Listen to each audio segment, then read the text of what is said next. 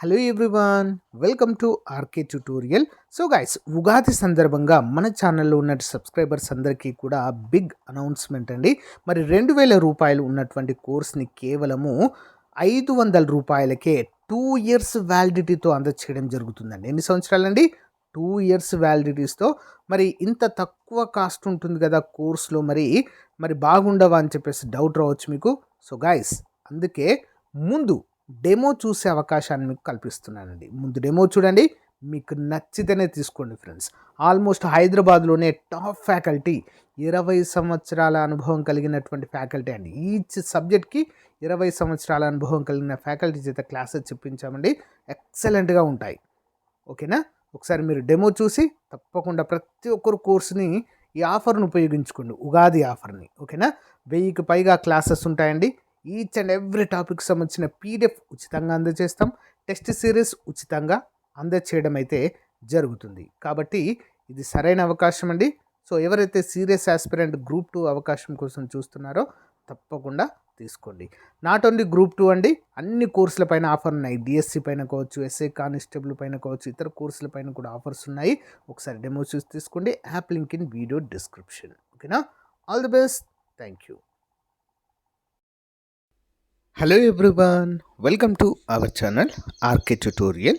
Friends, ఈరోజు మనము hostel welfare officer మరియు గ్రూప్ 2 ఉద్యోగాలకు చాలా ముఖ్యమైనటువంటి Indian society chapter wise MCQs అయితే చూస్తున్నాము. సో వరుసగా మనమైతే క్లాసెస్ అయితే అప్డేట్ చేయడం జరుగుతుందండి. రెగ్యులర్గా ఫాలో అవ్వండి. అంతేకాకుండా మన యాప్ కోర్స్లో వీటన్నింటినీ కూడా అప్డేట్ చేయడం అయితే జరిగింది. అందరూ కూడా గమనించాలి. కోర్స్ తీసుకున్నటువంటి అభ్యర్థులకు మాత్రమే అందుబాటులో ఉంటుంది. ఓకే. Question number 1. ఆరోగ్య మరియు కుటుంబ సంక్షేమ మంత్రిత్వ శాఖ ప్రకారము ఏ సంవత్సరము మధ్య వయస్సు గల జనాభాను యువత అని పిలుస్తారు? ఈరోజు మన టాపిక్ ఏంటి? యువత అశాంతి మరియు ఆందోళన. మరి ఏ వయసు మధ్య గల వారిని ఏమంటారండి? యువతగా పేర్కొంటారు. ఆప్షన్ సి, 15 నుండి 29 సంవత్సరాల మధ్య వయసు గల వారిని ఏమంటారు? యువతగా పేర్కొంటారు. Next one. National youth policy 2003 ప్రకారము యువత అనగా ఏ సంవత్సరాల మధ్య గల జనాభాను పిలుస్తారు? దేని ప్రకారం అండి? నేషనల్ యూత్ పాలసీ ప్రకారం. ఆప్షన్ బి అండి, 13 నుంచి 35 సంవత్సరాల మధ్య వయసు గల జనాభాను యువతగా పేర్కొనడం జరిగింది. Next one. క్రింది ప్రకటనలను గమనించండి. ఆప్షన్ ఏ, ఐక్యరాజ్య సమితి ప్రకారము 15 నుంచి 24 సంవత్సరాల మధ్య గల వయసు గల జనాభాని యువతగా పరిగణిస్తారు. Option B, the African youth charter ప్రకారము 15 నుంచి 35 సంవత్సరాల వయసు గల జనాభాను యువతగా పరిగణిస్తారు. సో సరైన సమాధానం ఆప్షన్ సి, ఏ మరియు బి రెండు కూడా సరైన. ఐక్యరాజ్య సమితి మరియు ది ఆఫ్రికన్ యూత్ చార్టర్ రెండు కూడా ఈ నిర్వచనం ఇవ్వడం జరిగింది. నెక్స్ట్. ఇంటర్నేషనల్ యూత్ ఇయర్గా ఎప్పుడు జరుపుకుంటారు? Youth year. ఆప్షన్ సి అండి, 1985ని ఇంటర్నేషనల్ యూత్ ఇయర్గా ఎవ్రీ సంవత్సరం నిర్వహించుకోవడం జరుగుతుంది. నెక్స్ట్. క్రింది ప్రకటనలను పరిగణించండి. ఆప్షన్ ఏ, కేంద్ర గణాంక కార్యక్రమాల అమలు మంత్రిత్వ శాఖ భారత్లో యువత 2022 పేరుతో 2022 జూలై 7న నివేదికను విడుదల చేసింది. ఆప్షన్ బి, దేశవ్యాప్తంగా యువత జనాభా తగ్గుతున్నప్పటికీ ప్రపంచవ్యాప్తంగా చూస్తే యువత భారత్లోనే అధికంగా ఉన్నట్లుగా నివేదిక వెల్లడించింది. ఆప్షన్ సి, 15 నుంచి 26 ఏళ్లలోపు వారిని యువత క్రింద పరిగణించి నివేదిక రూపొందించారు. సరైన సమాధానం ఆప్షన్ ఏ అండి. ఏ మరియు బి రెండు కూడా సరైన సమాధానమే. సి అనేది తప్పు. ఓకేనా? ఇంపార్టెంట్.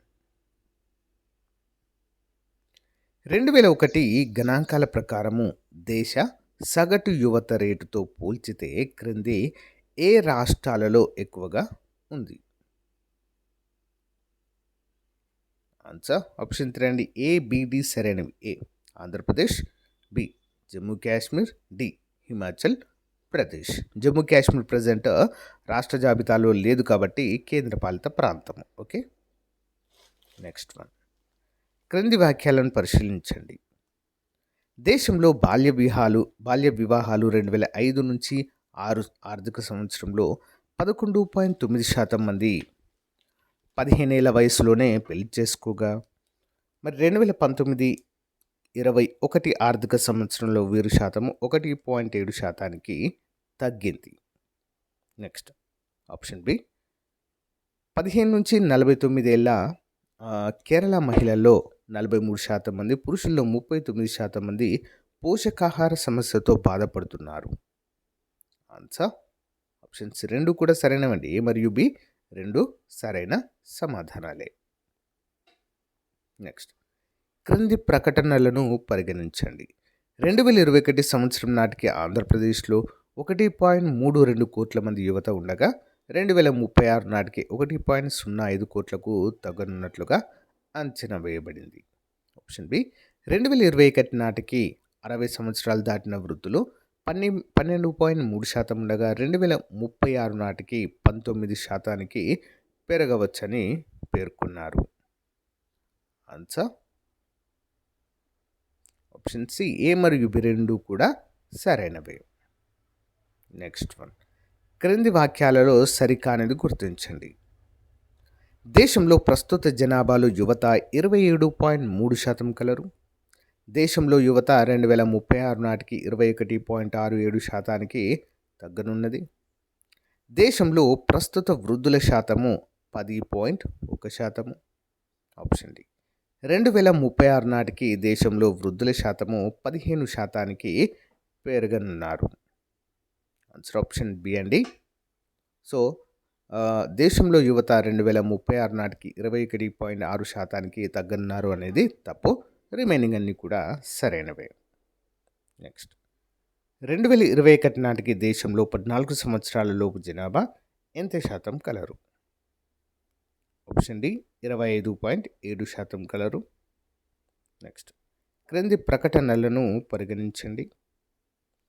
2021 నాటికి ఆంధ్రప్రదేశ్ రాష్ట్రంలో 14 సంవత్సరాల లోపు జనాభా 20.5% కలరు. ఆప్షన్ బి, 2036 నాటికి 15.7%కి 14 సంవత్సరాల లోపు జనాభా తగ్గనున్నది. సో పై స్టేట్మెంట్లలో సరైనవి. ఆప్షన్ సి, ఏ మరియు బి 2 కూడా సరైన సమాధానమే. నెక్స్ట్, యువత అశాంతికి గల రకాలలో క్రింది వాటిలో సరికానిది గుర్తించండి.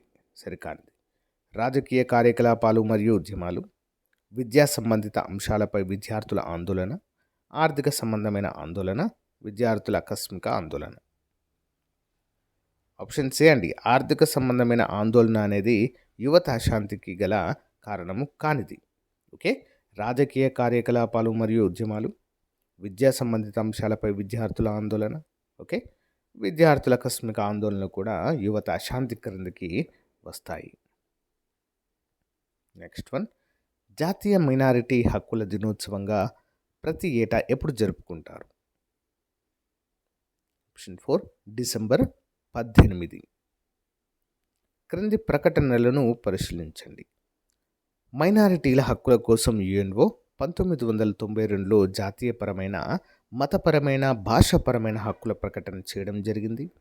ఆప్షన్ 2, జాతీయ మైనారిటీ కమిషన్ చట్టము సెక్షన్ 2(c) ప్రకారము ముస్లిం, సిక్కు, క్రైస్తవులు, బౌద్ధులు, పారసీలు, జైనులు మైనారిటీలుగా ఉంటారు. ఆన్సర్ ఆప్షన్ 2 అండి, 2 మాత్రమే. ఓకేనా, పై వాక్యాల్లో సరైనది ఏంటి? 2 మాత్రమే. నెక్స్ట్, రంగనాథ మిశ్రా కమిషన్ సిఫారసులలో సరికానిది గుర్తించండి. కేంద్ర రాష్ట్ర ప్రభుత్వ ఉద్యోగాలలో ముస్లింలకు 10% రిజర్వేషన్, ఇతర మైనారిటీలకు 5% రిజర్వేషన్ కల్పించాలని పేర్కొంది. ఆప్షన్ 2, ముస్లిం వాటా క్రింద 8% మంది లభ్యం కాని పక్షంలో ఖాళీలను ఇతర మైనారిటీలకు అందించాలి.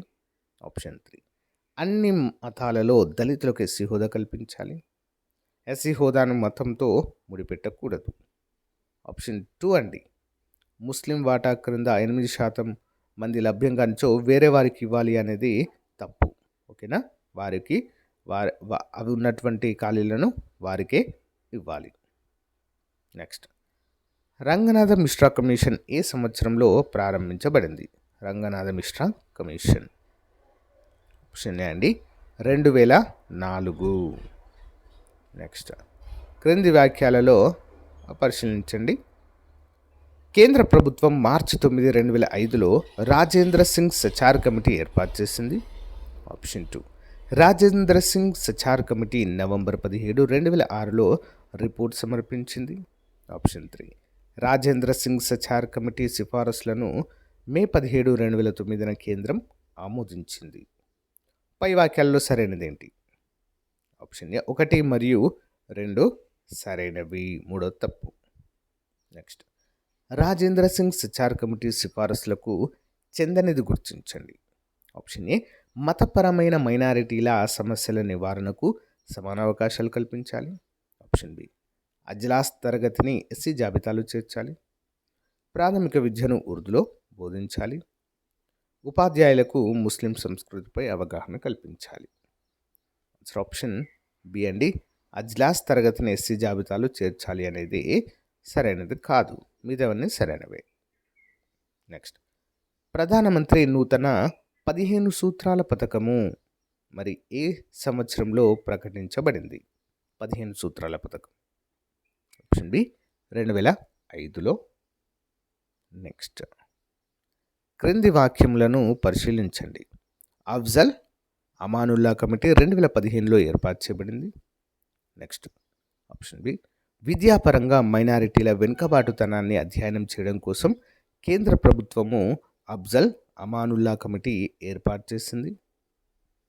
ఆన్సర్ ఆప్షన్ 2 బి అండి, బి సరైనది. విద్యాపరంగా మైనారిటీల వెనుకబాటుతనాన్ని అధ్యయనం చేయడం కోసం కేంద్ర ప్రభుత్వము అఫ్జల్ అమానుల్లా కమిటీ ఏర్పాటు చేయడం జరిగింది. నెక్స్ట్, క్రింది ప్రకటనలు పరిశీలించండి. ఆప్షన్ ఏ చట్టం ముందు అందరూ సమానులేని ఆర్టికల్ 12 తెలుపుతుంది. ఆప్షన్ బి ఒక వ్యక్తి తన అంతరాత్మ ప్రబోధము మేరకు ఏ మతాన్నైనా స్వీకరించవచ్చని అధికరణం 25 తెలుపుతుంది. ఆప్షన్ సి మత సంస్థలు తమ పటిష్టత కొరకు ఏర్పాటు చేసుకోవచ్చని అధికరణం 26 తెలుపుతుంది. ఆన్సర్ బి మరియు సి సరైనదండి. సో చట్టం ముందు అందరూ సమానులైన ఆర్టికల్ 12 తెలుపుతుందా? లేదు, 14 తెలుపుతుంది. కాబట్టి ఏ తప్పు, బీసీ సరైనవి. క్రింది వానిలో సరికానిది గుర్తించండి. చూద్దాం. మత సంస్థల ఆదాయంపై పన్ను విధించరాదని అధికరణ 27 తెలుపుతుంది. ప్రభుత్వ విద్యాలయాల్లో ఏదైనా ఒక ప్రత్యేక మతాన్ని బోధించడం నిషేధించబడింది అని అధికరణ 28 తెలుపుతుంది. సంస్కృతి పరిరక్షణ హక్కును అధికరణ 30 తెలుపుతుంది.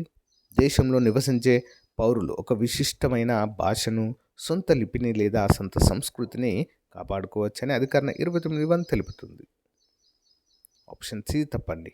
ఓకేనా, సంస్కృతి పరిరక్షణ హక్కును అధికరణం 30 తెలుపుతుంది అనేది తప్పు. నెక్స్ట్, క్రింది వాక్యాలను పరిశీలించండి. ఆప్షన్ ఏ అజ్మీర్లోని దర్గా షరీఫ్ యాజమాన్యము చేయడానికి ఒక దర్గా కమిటీ ఏర్పాటు చేయడానికి ఉద్దేశించినది దర్గా ఖ్వాజా సాహెబ్ చట్టం. ఆప్షన్ బి దర్గా ఖ్వాజా సాహెబ్ చట్టం 1958లో చేయబడింది. ఆప్షన్ సి దర్గా ఖ్వాజా సాహెబ్ చట్టము దర్గా యొక్క విరాళాలు, భక్తులకు సేవలు, భక్తులు ఉండడానికి తగిన ఏర్పాట్లు చేయడానికి ఉద్దేశించబడింది. ఆన్సర్ ఆప్షన్ 3 ఏ మరియు సి సరైనవి, బి అనేది తప్పు.